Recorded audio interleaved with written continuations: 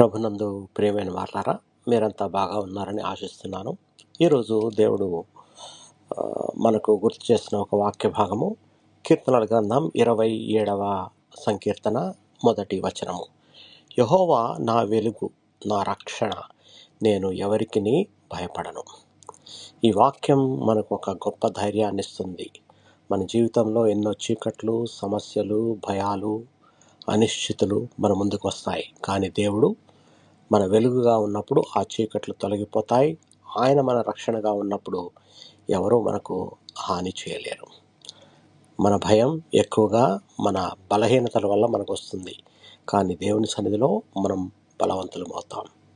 ఆయనపై నమ్మకం ఉంచిన వారు పరిస్థితులను కాదు, దేవుని శక్తిని చూస్తారు. కాబట్టి ఈరోజు మనం భయాన్ని వదలి దేవుని వెలుగులో నడవాలి. ప్రార్థన చేసుకుందాం. ప్రియ పరలోకపు తండ్రి, నీవే మా వెలుగు, మా రక్షణ అని నీ సన్నిధిలో ఒప్పుకుంటున్నాం. మా హృదయంలో ఉన్న ప్రతి భయాన్ని తొలగించండి. చీకటి పరిస్థితుల్లోనూ నీ వెలుగులో నడిచే ధైర్యాన్ని మాకు దయచేయండి. నీ సన్నిధి మాతో ఉండగా మేము ఎవరికి భయపడనని విశ్వాసాన్ని మాలో పెంపొందించండి. యేసు పరిశుద్ధ నామములో ప్రార్థించి వేడుకొనుచున్నాము తండ్రి, ఆమేన్. మీకు ఎవరికన్నా ప్రార్థన అవసరం ఉంటే మీరు నాకు మెసేజ్ చేయొచ్చు. దేవుడు మిమ్మల్ని బహుగా దీవించి భద్రపరచునుగాక. ఆమేన్.